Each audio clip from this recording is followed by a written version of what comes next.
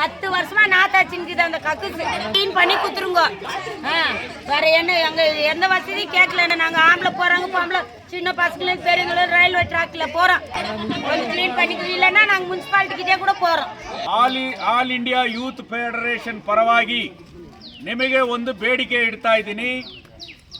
ಈ ಶೌಚಾಲಯ ward number 3 north tank block ನಲ್ಲಿ ಇರತಕ್ಕಂಥ ಶೌಚಾಲಯ, ಇದನ್ನ ಸುಮಾರು 5 ವರ್ಷಗಳ ಹಿಂದೆ ಸುಮಾರು ಲಕ್ಷ ರೂಪಾಯಿಗಳನ್ನು ಖರ್ಚು ಮಾಡಿ ಕಟ್ಟಿದ್ದಾರೆ.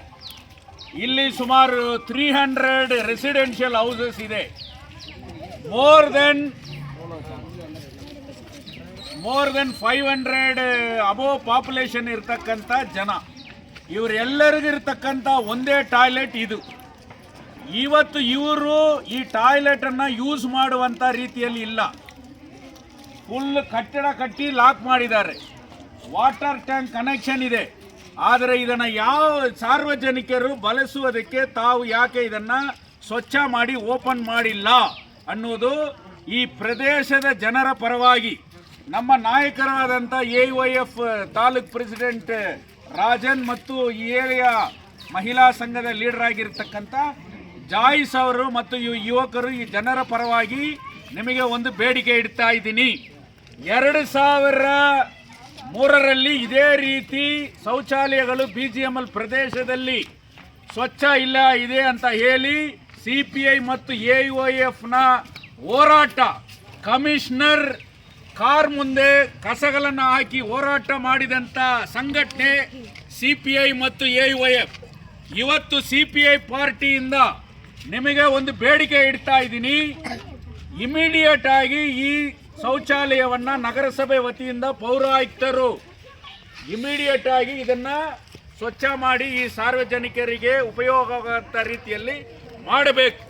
ಇಲ್ಲ ಅಂದರೆ ಇಲ್ಲಿರ್ತಕ್ಕಂಥ ಕಸಗಳನ್ನೆಲ್ಲ ತಂದು ನಿಮ್ಮ ಕಾರ್ ಮುಂದೆ, ನಿಮ್ಮ ಮುನ್ಸಿಪಾಲ್ಟಿ ಮುಂದೆ ಹಾಕಿ ನಮ್ಮ ಜ್ಯೋತಿ ಬಾಸ್ ನೇತೃತ್ವದಲ್ಲಿ ಹೋರಾಟ ನಡೀತದೆ ಅನ್ನೋದನ್ನ ಎಚ್ಚರಿಕೆಯಾಗಿ ಇಡ್ತಾ ಇದ್ದೀನಿ. ಮಾನ್ಯ ಶಾಸಕರಿಗೂ ಕೂಡ ಬೇಡಿಕೆ ಇಡ್ತಾ ಇದ್ದೀನಿ. ಮಹಿಳೆಯರಿಗೆ ಒಂದು ಶೌಚಾಲಯ ಇಲ್ಲ, ಪ್ರಧಾನ ಮಂತ್ರಿ ಯೋಜನೆಯಲ್ಲಿ ಪ್ರತಿಯೊಂದು ಮನೆಯಲ್ಲಿ ಕೂಡ ಶೌಚಾಲಯ ಇರಬೇಕು ಅಂತ ನಗರಸಭೆಗೆ ಲಕ್ಷಾಂತರ ರೂಪಾಯಿಗಳನ್ನು ಗ್ರಾಂಟ್ ಮಾಡ್ತಾ ಇದ್ದೀರಿ. ಆದರೆ ಮನೆಗಳಿಗೆ ಶೌಚಾಲಯ ಕೇಳ್ತಾ ಇಲ್ಲ. ಸಾರ್ವಜನಿಕರಿಗೆ ಇರತಕ್ಕಂಥ ಪಬ್ಲಿಕ್ ಟಾಯ್ಲೆಟ್ಸ್ ಈ ರೀತಿಯಲ್ಲಿದೆ. ತಾವು ಕೂಡ ನಿಮಗೆ ಕೂಡ ಮನವಿ ಮಾಡ್ತಾ ಇದ್ದೀನಿ ಮೇಡಮ್, ತಾವು ಕೂಡ ವಾರ್ಡ್ ನಂಬರ್ 3 ಬಾಲಗಾಡು ವಾರ್ಡ್ನಲ್ಲಿ ನಾರ್ತ್ ಟ್ಯಾಂಕ್ ಬ್ಲಾಕ್ನಲ್ಲಿ ಇದೆ.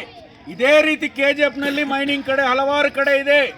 ಆದ್ದರಿಂದ CPI ಪಾರ್ಟಿ AYF ಮೂವ್ಮೆಂಟ್ ಇದನ್ನು ಬೇಡಿಕೆ ಇಡ್ತಾ ಇದ್ದೀವಿ. ಬೇಡಿಕೆ ಈಡೇರಿಸಲಿಲ್ಲ ಅಂದರೆ ಉಗ್ರವಾದ ಹೋರಾಟ ನಡೀತದೆ ಅಂತ ಎಚ್ಚರಿಕೆ ಕೂಡ ನೀಡ್ತಾ ಇದ್ದೀವಿ.